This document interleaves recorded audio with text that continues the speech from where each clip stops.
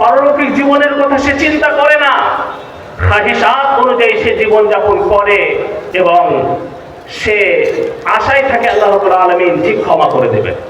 আল্লাহ রাব্বুল আলামিন ক্ষমা অবশ্যই করবেন, কিন্তু আমাদেরকে ফিরে যেতে হবে, আমাদেরকে তওবা করতে হবে, আল্লাহ রাব্বুল আলামিনের কাছে আমাদেরকে নমনীয় হতে হবে। ভুল হতে পারে, ত্রুটি হতে পারে, কিন্তু সেই ত্রুটি হওয়ার পরে নমনীয় হওয়া, এটা হচ্ছে বান্দার লক্ষণ, এটা হচ্ছে বান্দার লক্ষণ।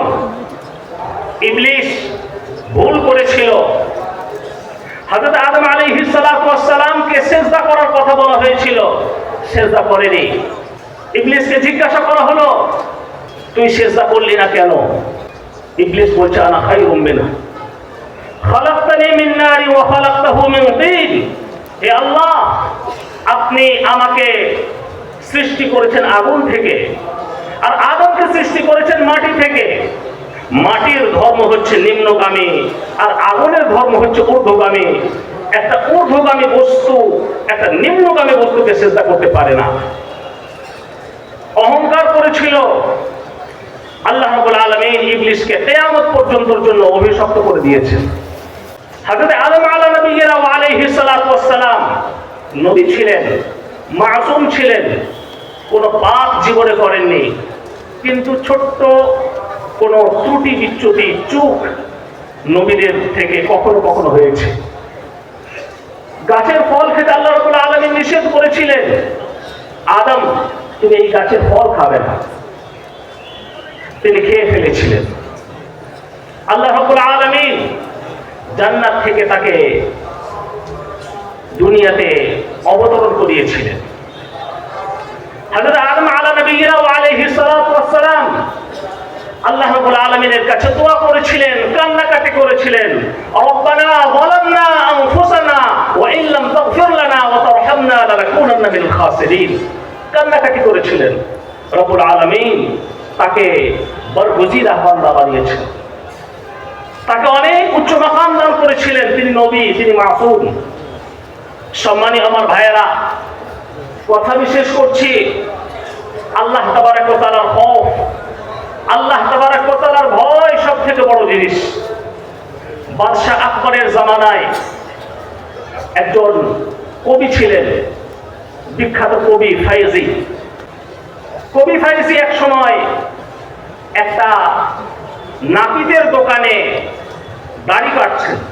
নাপিতকে বলছেন, আমার দাড়িটা কেটে দাও। নাপিত কবি ফাইজির দাড়ি কাটছেন। একজন ব্যক্তি সেখান থেকে পার হচ্ছিল, কবি ফাইজিকে বলছে, আকা রেশমি তারাশি, হে আকা আপনি কি নিজের দাড়ি কাটছেন? কবি ফাইজি তখন উত্তর দিচ্ছেন, বলে রেশমি তারাশম ওয়ালে দিলে কাসে নমি খারাশম। আমি আবার দাড়ি কাটছি ঠিকই, কিন্তু আমি কাউকে কোনো কষ্ট দিই নাই, আমি কারোর অন্তরকে ব্যথিত করিনি, আমি কাউকে কোনো কষ্ট দিইনি। সেই ব্যক্তি তখন বলছে, দিলে কাসে নমি খারাশি ওয়ালে দিলে রাসূলুল্লাহ সাল্লাল্লাহু আলাইহি ওয়াসাল্লাম মি খারাশি। আপনি কারোর অন্তরে আঘাত দিচ্ছেন না, কিন্তু আপনি জনাবে রাসূলুল্লাহ সাল্লাল্লাহু আলাইহি ওয়াসাল্লামের দিলে আঘাত দিচ্ছেন। কবি ফাইজি অর্ধেক দাড়ি কাটা হয়েছিল, সেখান থেকে উঠে চলে এলেন, দাড়ি আর কাটালেন না। এটা ছিল আল্লাহ তাবারক ওয়া তাআলার খৌফ, এটাই ছিল আল্লাহ তাবারক ওয়া তাআলার ভয়। আল্লাহ তাবারক ওয়া তাআলার খৌফ যখন অন্তরের মধ্যে থাকবে, আল্লাহ তাবারক ওয়া তাআলার ভয় যখন অন্তরের মধ্যে থাকবে, যতই মুসিবত আসুক না কেন, যতই মুসিবতের পাহাড় আমাদের মাথায় আসুক না কেন, আজকের সমস্ত কিছু সংবাদ আমরা পাই, সুদূর কলকাতার বাসিন্দা আমরা, সেখান থেকে আসামের সমস্ত সংবাদ নিউজ আমরা দেখি, বিভিন্ন বাড়িতে বাড়িতে বুলডোজার চলছে। আজকে মুসলমানদের উপরে অনেক অত্যাচার হচ্ছে।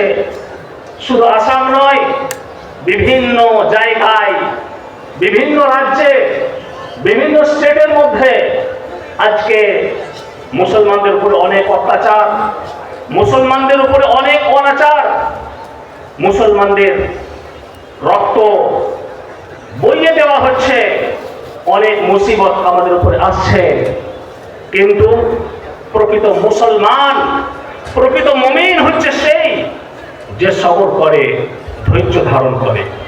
ইন্নাল্লাহা মা'আস সাবিরিন, আল্লাহ তাবারাক ওয়া তাআলা সবরকারীদের সঙ্গে রয়েছেন।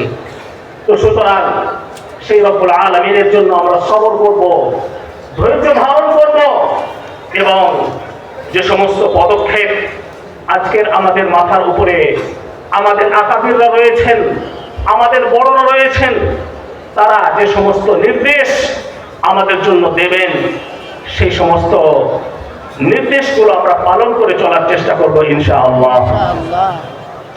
সব থেকে আমি কথা শেষ করছি, একটা এক্সাম্পল আমি দিই, যে আপনারা এই আল জামিয়া, এই ইমারত শারঈয়া ওয়া নাদওয়াতুত তামির, এই সমস্ত সংগঠনের সঙ্গে, আল্লাহ ওয়ালাদের সঙ্গে, বুজুর্গানে দ্বীনের সঙ্গে আপনারা নিসবত রেখে চলার চেষ্টা করবেন, আপনারা সম্পর্ক রেখে চলার চেষ্টা করবেন। একটা এক্সাম্পল দিয়ে আমি কথা শেষ করছি। একজন ব্যক্তি দুটো ইট কিনে নিয়ে এসেছে। একটা ইটের দাম কত?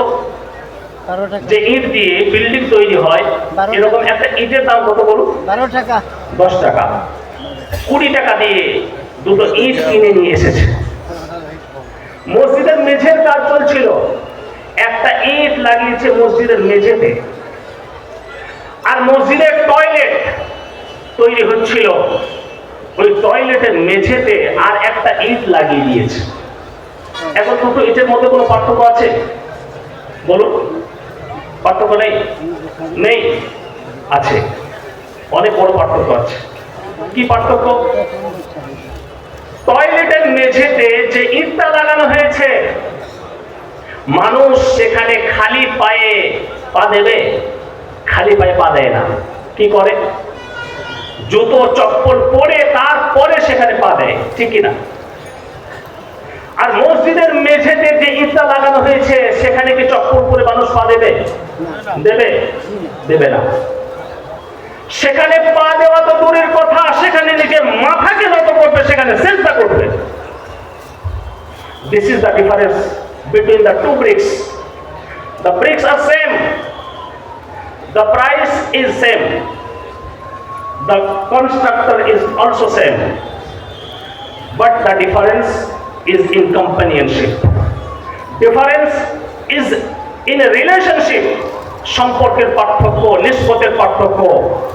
আপনার নিসবত থাকবে ইমারত শারঈয়া ওয়া নাদওয়াতুত তামিরের সঙ্গে, আপনার নিসবত থাকবে আল জামিয়া কবিরপুরের সঙ্গে, আপনার নিসবত থাকবে মসজিদের সঙ্গে, আপনার নিসবত থাকবে খানকাহের সঙ্গে, আপনার নিসবত থাকবে মারকাজের সঙ্গে, আপনার নিসবত থাকবে আল্লাহ ওয়ালাদের সঙ্গে। আপনি আল্লাহ ওয়ালা হয়ে যাবেন।